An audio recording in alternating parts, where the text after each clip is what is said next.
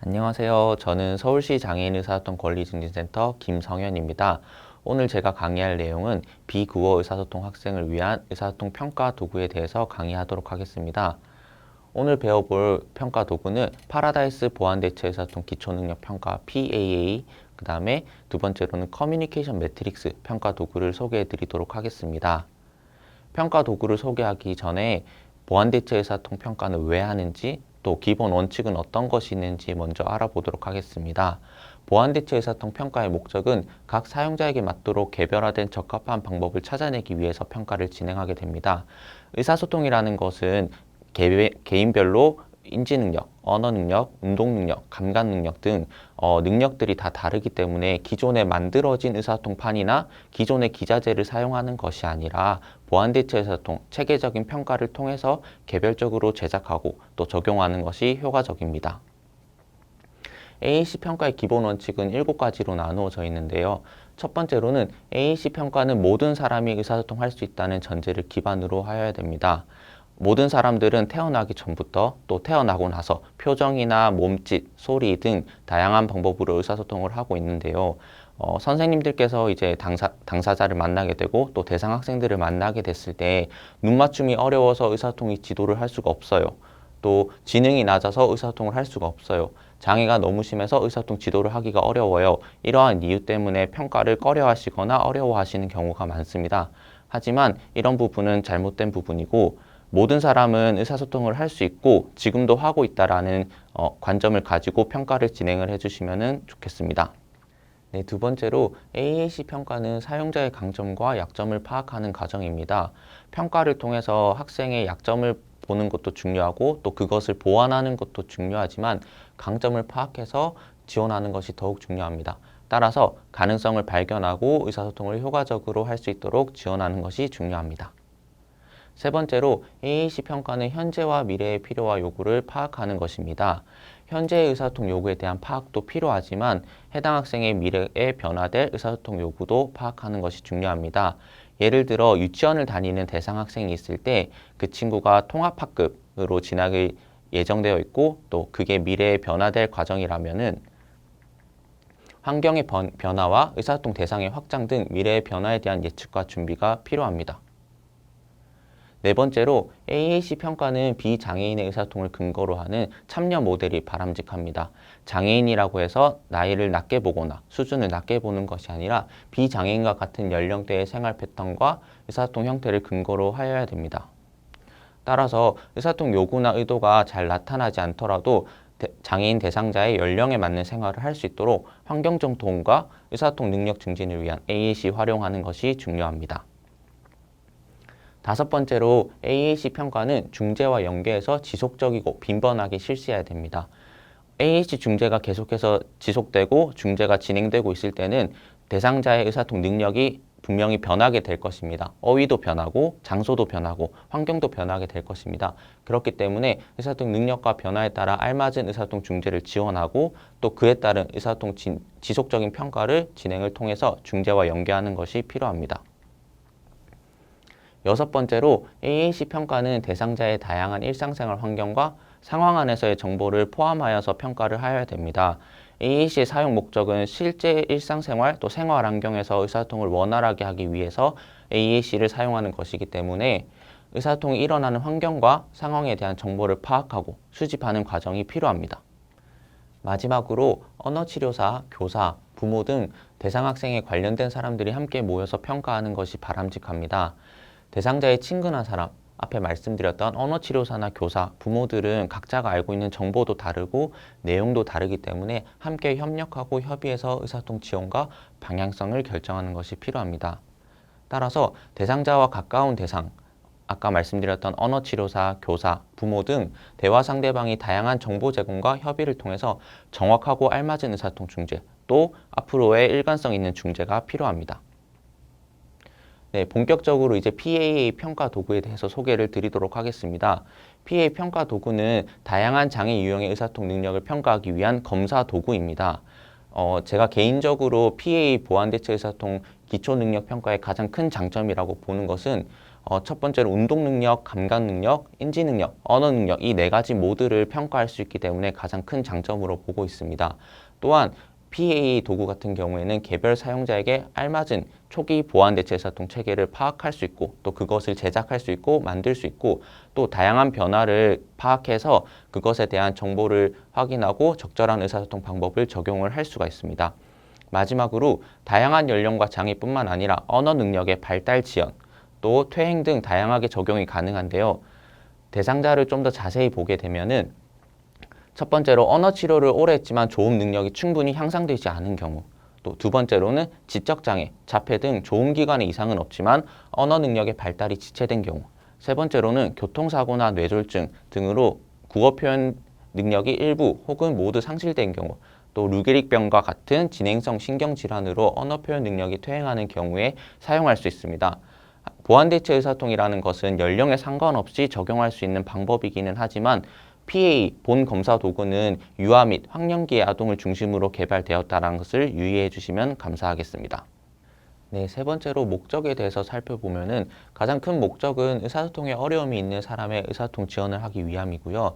두 번째로는 학교나 학급에서 의사소통에 어려움이 있는 학생의 요구를 파악하고 또 적용하기 위해서 진행하기도 하고, 세 번째로는 개별화된 AAC 체계를 선정을 하기 위해서 또 그 선정된 것을 점검하기 위해서 사용하기도 합니다. 네 번째로는 상징 사용 능력이 발달되지 않은 전언어기 대상자, 즉 상징 사용 능력이 없다고 해서 AAC 사용 대상에서 제외하지 않는 것이 아니라 이 평가 도구를 통해서 상징 사용 능력이 발달되지 않았더라도 대상자를 지원할 수 있습니다. 마지막으로 교사와 언어치료사 등 대상자의 주변 환경 협력 촉진을 위해서 진행을 합니다. 네, 그래서 이번 시간에 다룰 PAA 내용에 대해서 설명드리도록 하겠습니다. 앞서 말씀드린 것과 같이 PAA는 인지능력 평가도 있고 언어능력 평가도 있고 또 운동능력, 감각능력 평가가 있는데 이번 시간에는 인지능력 평가와 언어능력 평가에 대해서 한번 알아보도록 하겠습니다. 우선 PA 인지능력 평가 부분에서는 평가 내용은 AAC 적용과 관련된 기본적인 인지능력을 파악하기 위해서 평가를 진행을 하고, 또 세부적으로는 기초인지능력, 또 사물의 기능이해, 상징이해 능력을 평가하게 됩니다. 기초인지능력 같은 경우에는 사물영속성, 대상영속성이라고도 하죠.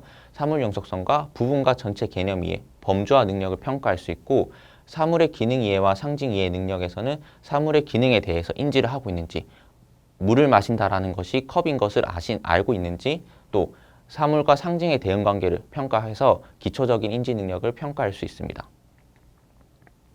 그래서 인지능력을 기록하고 평가하는 방법은 우선 문항별로 제시된 예시 방법을 사용할 수 있습니다. 그림과 같이 전체 사물에서 분리된 한 부분을 보고 원래의 사물이 무엇인지 찾을 수 있습니까? 라고 질문이 되어 있고 예시 방법도 함께 제시되어 있습니다. 그래서 예시 방법을 활용하시거나 또 예시 내용을 활용할 수 없거나 예시 내용이 아니더라도 환경에 맞게 재구조화해서 평가를 진행할 수 있습니다.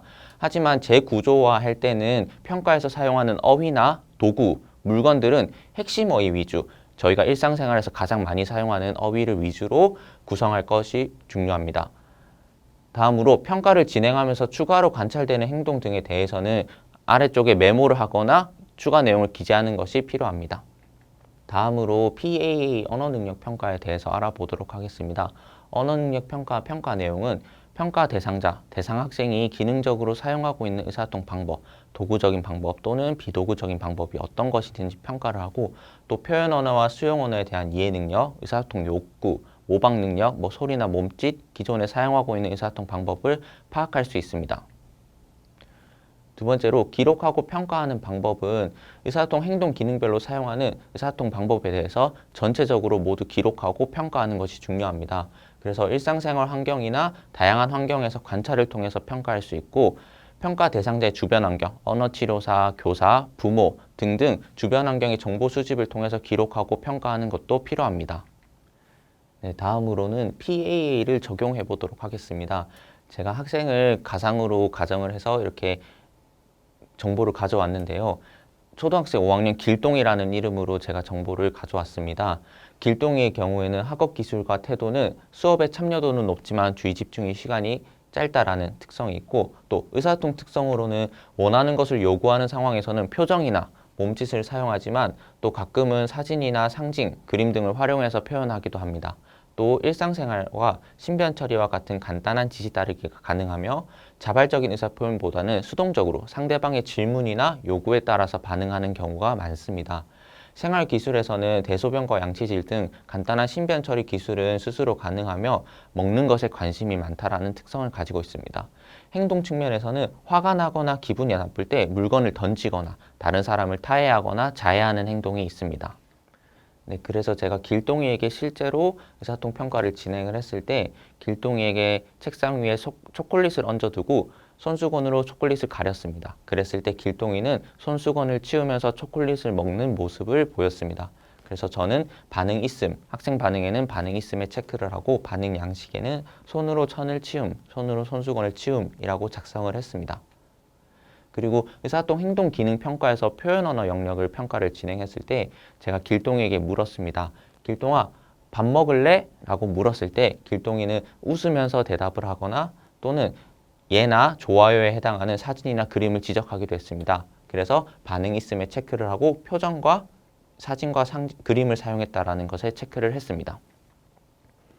따라서 이 앞에 예시를 보시고 평가 결과를 산출하고 해석하는 방법은 첫째로 기초인지 능력 평가를 통해서 의사소통을 위한 학생의 기초인지 수준을 파악할 수 있습니다. 따라서 길동이는 대상 영속성, 또 부분과 전체 개념 이해, 범주와 능력 세 가지에 대해서 평가를 진행했을 때 대상 영속성에 대한 반응은 나타났지만 부분과 전체 개념 이해, 또 범주와 능력에서는 반응이 나타나지 않았습니다. 따라서 길동이는 기초인지 능력에 어려움이 있는 것으로 파악됐고 또 이러한 부분을 고려해서 어휘 선정이나 범주 개념 습득 등 중재에 대한 개별 계획을 수립할 수 있습니다. 두 번째로 사물의 기능 이해에서는 일상생활에서 사용하는 사물의 기능을 이해하는지 파악할 수 있습니다. 예시를 보시면은 길동이에게 밥 먹을 때 사용하는 것, 또 머리를 빗는 것, 시간을 확인할 수 있는 것에 대해서 질문을 했을 때 사물의 기능인 숟가락, 또 빗, 이것은 적절하게 선택을 했지만 시간을 확인할 수 있는 것, 시계에 대해서는 적절하게 선택하지 못했습니다. 따라서 길동이의 수준을 고려해서 추가적으로 학습해야 되는 어휘나 물건, 사물 등을 파악하고 그것을 의사소통 지원하실 때 참고하실 수 있습니다. 상징에 대한 이해 능력 평가에서는 학생이 글자, 선화, 그림 등 상징에 대한 선호도나 어떠한 상징에 반응을 하는지 파악할 수 있습니다. 예시에서 보시면은 길동이에게 컵, 신발, 요구르트의 실물 사진, 또 그림 상징, 선화, 사진 등을 통해서 평가를 진행했는데요. 이때 길동이는 사진과 선화에서 적절하게 반응을 했습니다. 따라서 길동이에게 의사소통 도구를 적용하고 선정할 때는 사진과 선화로 이루어진 도구를 적용하는 것이 적절하다고 볼 수 있습니다. 네, 다음으로는 의사소통 행동 기능 평가에서 표현 언어 영역입니다. 표현 언어 영역에서는 학생이 현재 표현하고 있는 의사소통 방법, 또 기능은 어떤 것이 있는지 파악할 수 있는데요.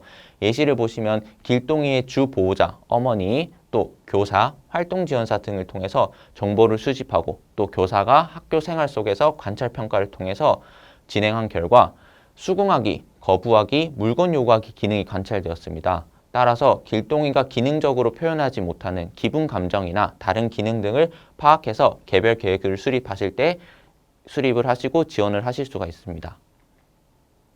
다음으로 의사소통 행동 기능 평가에서 수용 언어 영역에 대해서 평가를 진행했을 때는 길동이는 일상생활 어휘, 지시 어휘의 상태 묘사, 수식 어휘에 대해서는 가장 기본적인 기초 어휘는 이해를 하고 있었습니다. 또 학습 어휘에 대해서는 수용 능력에 어려움이 있는 것으로 평가되었습니다. 따라서 길동이에게는 현재 수준에 맞는 교과 학습 어휘에 대한 지도도 분명히 필요하지만 앞서 말씀드렸던 일상생활 어휘, 지시 어휘, 상태 묘사 수식 어휘에 대해서도 어휘에 대한 확정도 필요하고 이 확장은 다양한 활동과 놀이를 통해서 수용 언어를 지도할 수 있습니다. 네, 다음으로 소개해드릴 평가 도구는 커뮤니케이션 매트릭스입니다. 본 평가 도구는 의사소통 발달 단계를 확인할 수 있고 또 대상 학생 의사소통 기능이나 형태를 확인할 수도 있습니다.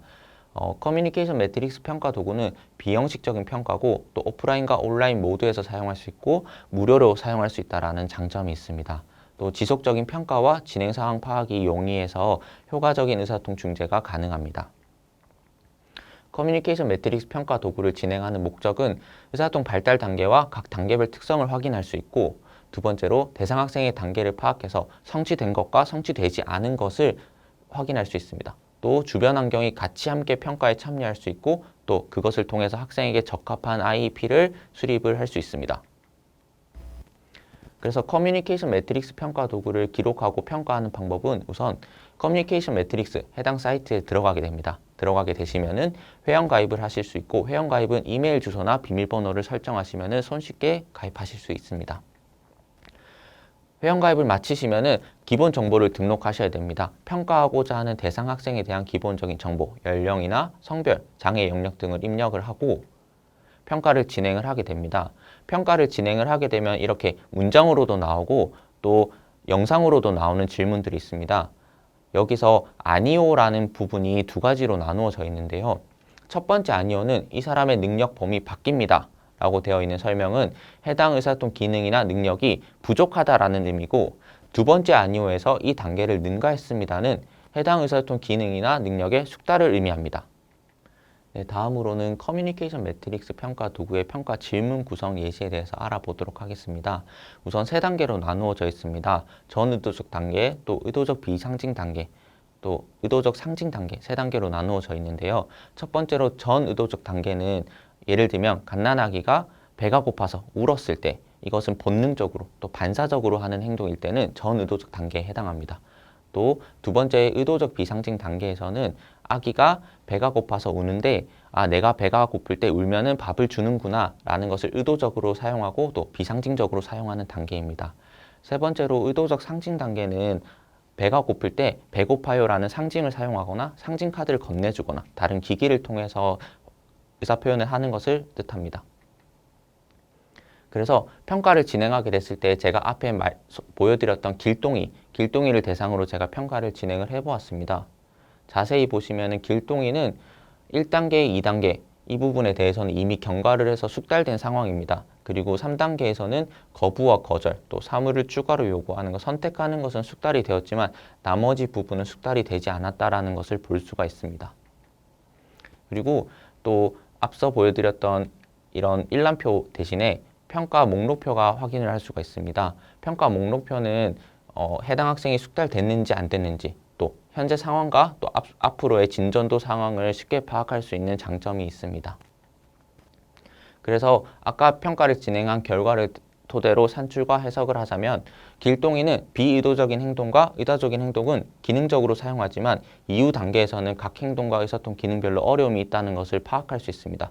따라서 길동이에게는 숙달되지 않거나 사용하지 않는 기술, 앞서 보여드렸던 이런 요구와 관련된 부분들을 의사소통에 대해서 지원할 수 있습니다. 예를 들어서 길동이가 숙달하지 않은 기술 중 새로운 행동이나 물건 요구하기 기술을 지도하고자 할 때는 환경 구조화나 우발적 교수법을 통해서 학생이 선호하는 물건 또 행동 등을 다양하게 의사소통 도구로 활용해서 의사소통을 지원할 수 있습니다. 네, 이상으로 비국어 의사소통 학생을 위한 의사소통 평가 도구에 대해서 소개를 마치도록 하겠습니다. 강의를 들어주셔서 감사합니다.